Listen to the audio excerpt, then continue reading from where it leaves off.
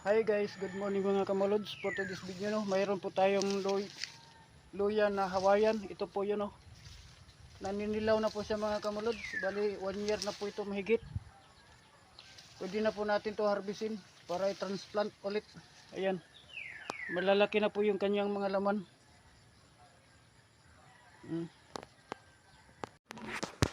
Luyang variety Hawaiian. Pwede na maharbis. Oh. Uy, kita naman ang sunod. Dagko. Okay.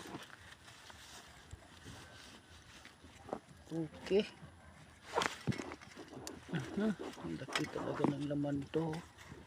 Luyang Hawaiian. Oh, ang lalaki na.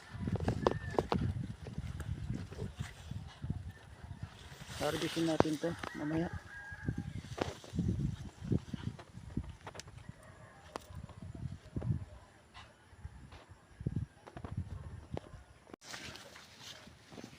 Ito na po yung ating luyang Hawaiian mga kamalods. Oh.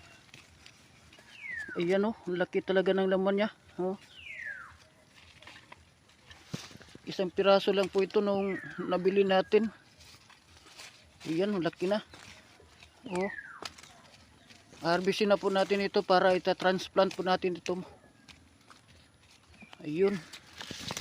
Laki talaga ng mga laman mga kamalods. Sus.